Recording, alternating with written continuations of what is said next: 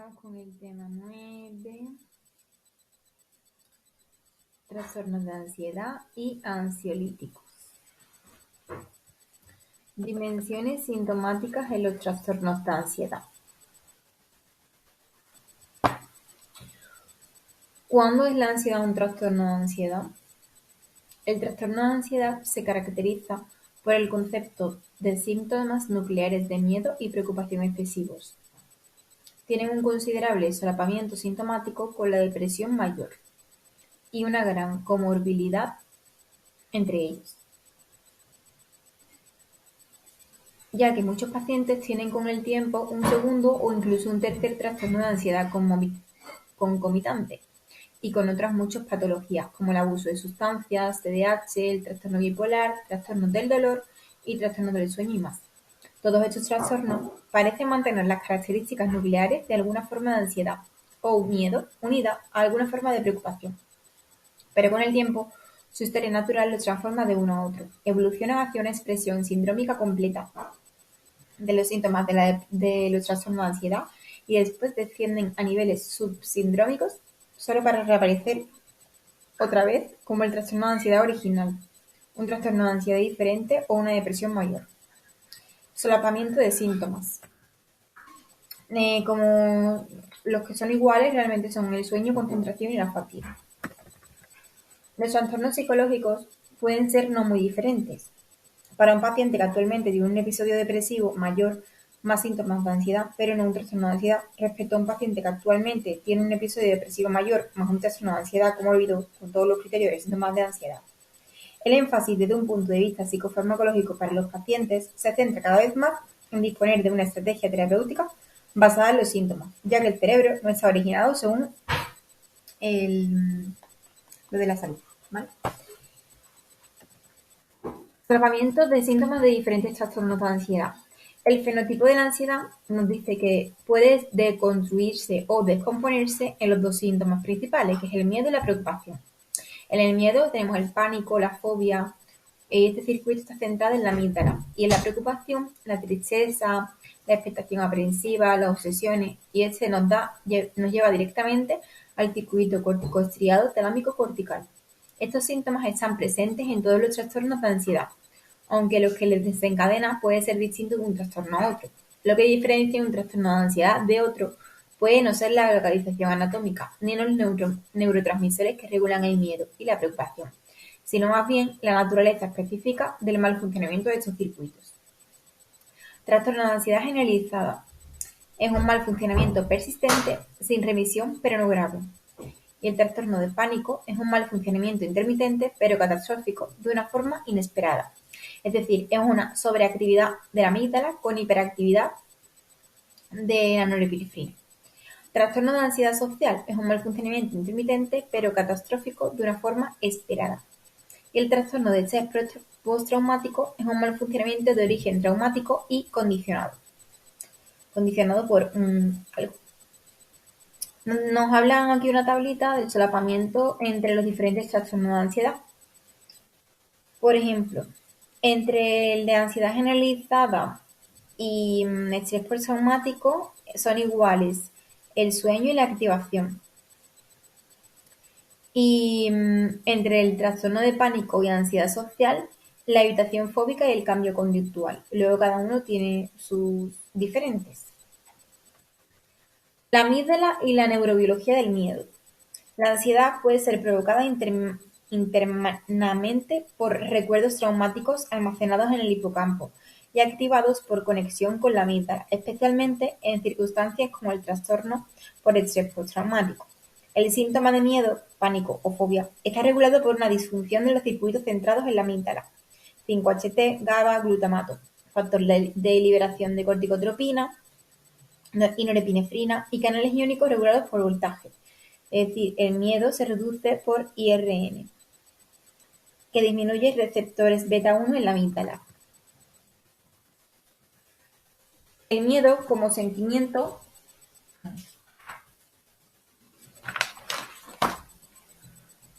dice que el afecto o sentimiento de miedo puede ser regulado a través de las conexiones recíprocas que la amígdala comparte con áreas clave del córtex prefrontal que regulan emociones, a saber, el córtex orbitofrontal y el córtex cingulado anterior.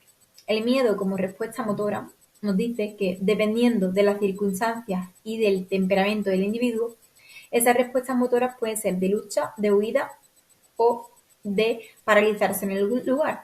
Las respuestas motoras del miedo están reguladas en parte por conexiones entre la amígdala y el área gris periaqueductal del tronco cerebral. Producción endocrina del miedo. Hay también reacciones endocrinas que acompañan al miedo, en parte debido a conexiones entre la amígdala y el hipotálamo, provocando cambios en el eje hipotalámico-pituitaria-adrenal y por tanto en los niveles de cortisol. Está bien un aumento rápido de cortisol, que puede aumentar la supervivencia cuando la persona se encuentra ante una amenaza real, pero de corta duración, y está mal cuando una activación crónica y persistente de un aspecto de la respuesta del miedo, que puede llevar al incremento de la comorbilidad médica, lo que incluye tasas incrementadas de enfermedad arterial coronaria, diabetes tipo 2 o infarto cerebral. Producción respiratoria. La respiración también puede cambiar durante una respuesta de miedo, regulada en parte mediante la conexión entre la amígdala y el núcleo parabraquial del tronco cerebral. Está bien una respuesta adaptativa al miedo, que es acelerar la frecuencia respiratoria en el curso de una reacción de lucha-huida para aumentar la supervivencia, y está mal en exceso, no obstante, que esto puede llevar a síntomas indeseables de respiración entrecortada, exaversación del asma o una falsa sensación de asfixia, todos los cuales son comunes durante la ansiedad y especialmente durante ataques de ansiedad como los ataques de pánico. Producción autonómica del miedo. El sistema nervioso autónomo está en consonancia con el miedo y es capaz de provocar respuestas. Estas respuestas autonómicas y cardiovasculares están medidas por conexiones entre la amígdala y el locus coeruleus, donde se ubican los cuerpos celulares noradrenérgicos. Está bien respuestas tales como incrementar el pulso y la tensión sanguínea para las reacciones de lucha-huida y la supervivencia durante amenazas reales del sistema cardiovascular. Y está mal cuando las respuestas autonómicas son repetitivas, esto es, cuando son provocadas de forma inapropiada o crónica como parte de un trastorno de ansiedad. Esto puede incrementar ocasionalmente el riesgo de arteriosclerosis, isquemia cardíaca, hipertensión, infarto de miocardio e incluso muerte súbita. Circuitos corticoestriado-talámico-corticales y la neurobiología de la preocupación. Dopamina y nacer preocupados. El síntoma preocupación, tristeza ansiosa, expectación aprensiva, obsesiones, está regulado por una disfunción del circuito corticoestriado-talámico-cortical en el córtex prefrontal. 5-HT, GABA, dopamina, norepinefrina, glutamato y canales iónicos, regulados por voltaje. Algunos expertos creen que hay circuitos de feedback del circuito corticoestriado-talámico-cortical similares que regulan los síntomas asociados de cavilaciones, obsesiones y delirios. Estos son síntomas correspondientes a pensamientos recurrentes. Dado que diferentes genotipos para la enzima COMT, que es catecol o metiltransferasa, regulan la disponibilidad del neurotransmisor dopamina en el córtex prefrontal, las diferencias en la disponibilidad de dopamina pueden afectar al riesgo de padecer preocupación y trastornos de ansiedad y pueden determinar si se nace preocupado y vulnerable a desarrollar un trastorno de ansiedad, particularmente bajo estrés. Los que luchan o los que se preocupan. Los controles normales con la variante MET de la COM tienen un procesamiento de la información más eficiente en el córtex prefrontal dorsolateral.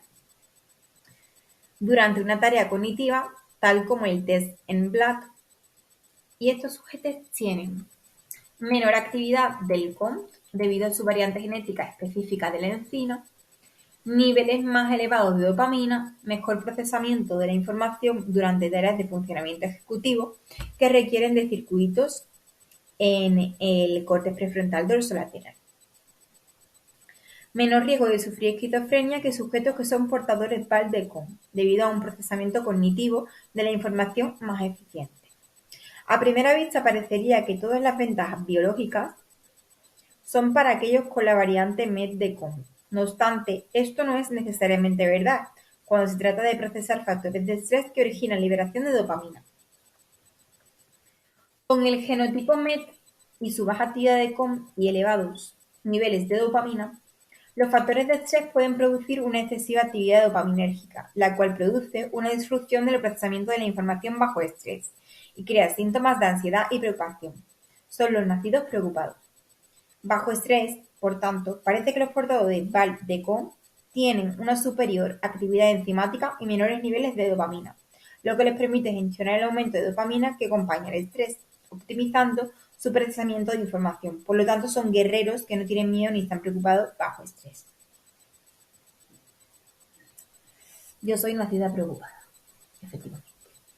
La dopamina es solo uno de los reguladores potenciales de los circuitos de preocupación. GABA y benzodiazepinas. El GABA es uno de los neurotransmisores claves involucrados en la ansiedad y en la acción ansiolítica de muchos fármacos. Es el principal inhibidor del cerebro, reduciendo la actividad de muchas neuronas. Las benzodiazepinas, ansiolíticos, actúan aumentando las acciones del GABA a nivel de la amígdala y del córtex prefrontal en los circuitos para aliviar la ansiedad. Vamos a explicar cómo el GABA regula los circuitos cerebrales en la ansiedad y cómo las benzodiazepinas ejercen sus acciones ansiolíticas.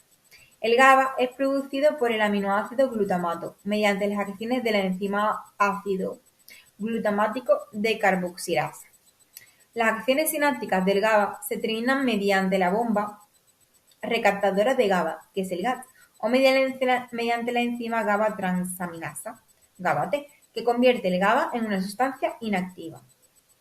Hay tres tipos de receptores: GABA-A, GABA-B y GABA-C. Los GABA-A y C son canales iónicos regulados por ligando y forman un canal inhibitorio del cloro.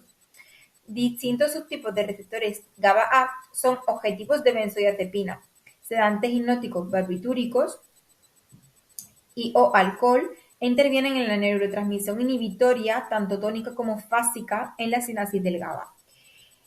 El papel de los receptores GABA-C no está tan claro, pero no parecen ser objetivos de las benzodiazepinas. Los receptores GABA-B son receptores ligados a proteína G y pueden unirse a canales de calcio y potasio para intervenir en el dolor, la memoria y el ánimo, entre otras cosas. Subtipos de receptor GABA-A. La estructura molecular de los receptores GABA-A se encuentra en: cuando 5 subunidades se agrupan juntas, forman un receptor GABA-A intacto con un canal de cloro en el centro. Hay muchos subtipos de GABA-A, dependiendo de qué subunidades isoformas estén presentes.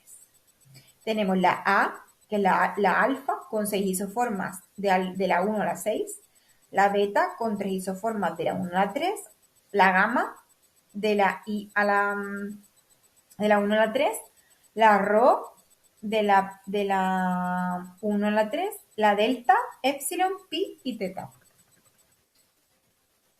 Receptores GABA-A insensibles a benzodiazepinas.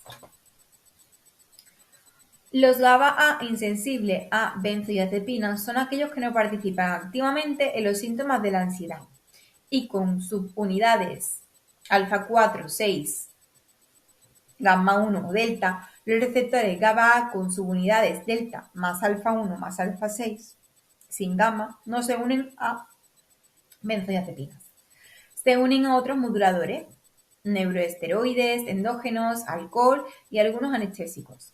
El sitio de unión está entre las subunidades alfa y delta, habiendo un sitio por cada complejo receptor.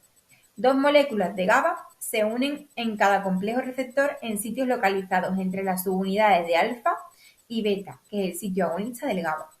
Como el sitio de los moduladores están en una localización distinta que los sitios agonistas para el GABA, el sitio modulador se llama a menudo alostérico, otro sitio, y a los agentes que se unen allí, moduladores alostéricos. Estas subunidades se localizan fuera de la sinapsis, donde captan GABA y neuroesteroides sintetizados liberados por la glía. Aquí, fuera de la sinapsis, median un tipo de inhibición que es tónica, no fásica, regulada por los niveles ambientales de moléculas GABA extracelulares que escapan tanto de la recaptación como de la destrucción. Se cree que la inhibición tónica establece la excitabilidad de la neurona postsináptica, fundamental para la frecuencia de la descarga neuronal en respuesta a señales excitatorias. Como estos receptores no son sensibles a las benzodiazepinas, no intervienen en acciones ansiolíticas, pero algunos hipnóticos y anestésicos tienen como objetivo estos receptores. Receptores GABA-A sensibles a benzodiazepinas.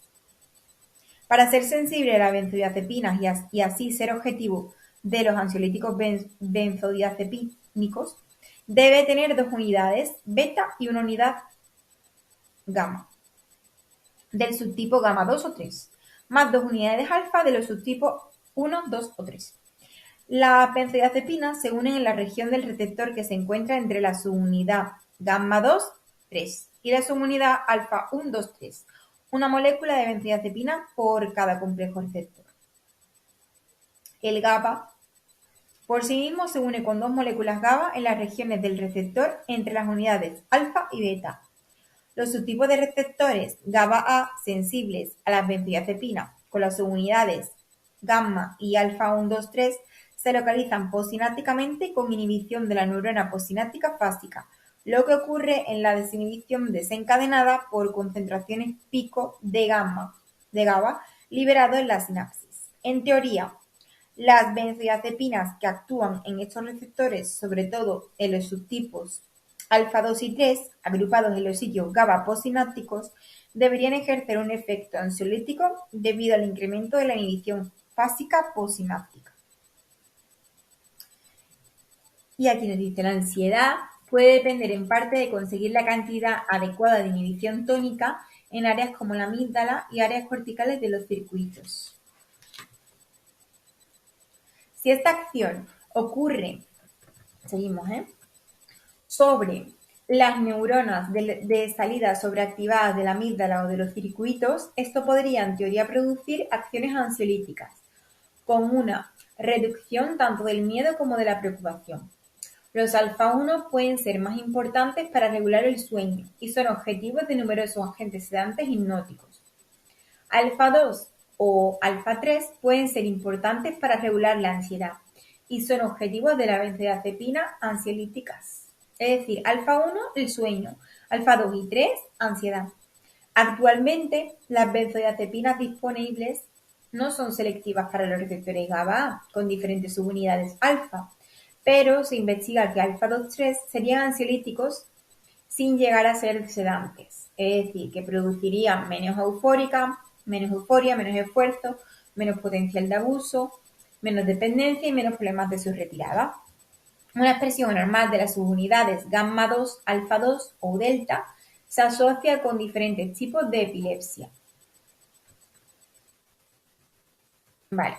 Benzodiazepinas como moduladores alostéricos positivos. MAP es modulador alostérico positivo. Dado que el receptor complejo GABA-A sensible a benzodiazepinas es regulado no solo por el propio GABA, sino también por benzodiazepinas, en un sitio de unión de modulación alostérica altamente específico, esto ha llevado a la noción de que puede haber una síntesis endógena o natural de benzodiazepinas en el cerebro, es decir, el propio alprazolam cerebral. Ahora se sabe que los fármacos sintéticos que no tienen una estructura benzodiazepínica también se unen al receptor benzodiazepínico. Por tanto, muchos expertos llaman ahora al sitio benzodiazepínico el sitio modulador alostérico GABA-A y a cualquier cosa que se une a este sitio, incluyendo las benzodiazepinas, moduladores alostéricos. Modulación alostérica positiva de los receptores GABA-A. Se piensa que la combinación de GABA con benzodiazepinas aumenta la frecuencia de apertura de canales inhibitorios del cloro, pero no incrementa el paso del cloro a través de los canales individuales de cloro ni la duración de la apertura. El resultado final es más inhibición. Más inhibición produce supuestamente más acción ansiolítica. ¿Cómo ocurre eso? Pues las benzodiazepinas actúan como agonistas en el sitio modulador alostérico de la unión del GABA. Son moduladores positivos alostéricos, pero no tienen actividad por ellos mismos. Por tanto, solo tienen actividad cuando el GABA está simultáneamente unido a sus sitios agonistas. Es decir, las benzodiazepinas actúan como modulador positivo alostérico cuando el GABA está en sus sitios agonistas y aumenta la apertura del canal de cloro a niveles que el GABA no logra llegar por sí solo. Nos habla del flumafenilo. El flumafenilo es un antagonista de las benzodiazepinas, esto lo preguntan un montón, de corta duración que, administrado por vía intravenosa, puede revertir sobredosis o la sedación de las benzodiazepinas, pero también puede producir convulsiones o abstinencia en pacientes dependientes. Venga. Benzodiazepinas como ansiolíticos. ¿Cómo los ansiolíticos benzodiazepínicos pueden modular una producción excesiva de la amígdala durante las respuestas de miedo o los trastornos de ansiedad? Una actividad excesiva de la amígdala se reduce teóricamente aumentando las acciones fásicas inhibitorias de la benzodiazepina en los receptores GABA-A postsinápticos dentro de la amígdala, debilitando así las respuestas asociadas al miedo. Las benzodiazepinas también modulan teóricamente la excesiva producción de los circuitos de la preocupación, reforzando las acciones de interneuronas inhibitorias en circuitos y reduciendo hipotéticamente el síntoma de la preocupación. Ligandos alfa-2 delta como ansiolíticos mejor que como antidepresivos. La gabapentina y la pregabalina, conocidos también como ligandos alfa-2 delta, puesto que se unen a la subunidad alfa-2 delta de los subtipos presinápticos NPQ de los circuitos, bloquean la liberación de neurotransmisores excitatorios como el glutamato cuando la neurotransmisión es excesiva. En la amígdala esto causa miedo. Los ligandos alfa-2 delta pueden unirse para abrir los circuitos sobreactivados en la amígdala para reducir el miedo. En los circuitos esto causa preocupación. Los ligandos alfa-2 delta podrían unirse para abrir estos circuitos sobreactivados en los otros circuitos para reducir la preocupación. Estos ligandos actúan sobre todo para reducir la ansiedad social y el trastorno de pánico, pero también sirven para la epilepsia y procesos de dolor como la fibromialgia. Dado que actúan de manera diferente de los ERT o las benzodiazepinas, pueden ser útiles para pacientes a los que no les va bien los ISRS o IRSN o las benzodiazepinas. Incluso se pueden combinar con las dos anteriores o benzodiazepinas para pacientes que no consigan la remisión. A ver, ¿qué nos queda? Queda un poquito más. Serotonina y ansiedad. La serotonina es un neurotransmisor clave que inerva la amígdala, así como los elementos de los circuitos, cortes prefrontales y el tálamo, y puede regular el miedo y la preocupación. Los antidepresivos que pueden incrementar la producción de serotonina, bloqueando SERT, son también eficaces para reducir los síntomas de ansiedad y miedo. Estos agentes incluyen los bien conocidos ISRS, así como también los IRSN. Y nos viene la buspirona. La buspirona es un agonista parcial de 5-HT1A reconocido como ansiolítico general, pero no como tratamiento para los subtipos del trastorno de ansiedad, que nos dice que los antidepresivos que combinan agonista parcial 5-HT1A con inhibición de recaptación de serotonina deberían ser teóricamente ansiolíticos, además de antidepresivos, por ejemplo los heparis o vilazodona. Sus acciones ansiolíticas se deben a las acciones agonistas parciales 5-HT1A en los receptores pre- y postsinápticos, con acciones en ambos sitios que dan lugar a la potenciación de la actividad serotoninérgica en las proyecciones de la amígdala y CTE. Los ISRS y los IRSN supuestamente hacen lo mismo. El presunto mecanismo de acción de los agonistas parciales 5-HT1A es análogo al de los antidepresivos, los cuales se presupone que actúan mediante las adaptaciones de los receptores de los neurotransmisores, distinto al de los ansiolíticos benzodiazepínicos, los cuales actúan de manera aguda ocupando los receptores de benzodiazepina. Hiperactividad noradrenérgica en ansiedad. A ver, la norepinefrina es otro neurotransmisor con un importante control regulador en la amígdala, así como en muchas de las áreas de proyección de la amígdala. Una producción excesiva de noradrenalina en el locus coeruleus puede desencadenar numerosos síntomas centrales de ansiedad y miedo, como pesadillas, estados de hiperalerta, flashback y ataques de pánico. Podría deberse a una entrada excesiva noradrenérgica a los receptores adrenérgicos alfa-1 y beta-1. ¿En dónde? En la amígdala. El exceso de noradrenalina también puede reducir la eficacia del procesamiento de la información en los circuitos y causar preocupación. Estos síntomas pueden reducirse con inhibidores del NET, aunque los síntomas de ansiedad podrían empeorar transitoriamente después del inicio de un inhibidor del NET o de un IRSN. ¿Por qué? Pues porque los receptores postsinápticos aún no se han adaptado a la entrada de noradrenalina. Si las condiciones inhibitorias del NET se mantienen, se reducirán los síntomas de miedo y preocupación a largo plazo. Y lo dejamos aquí.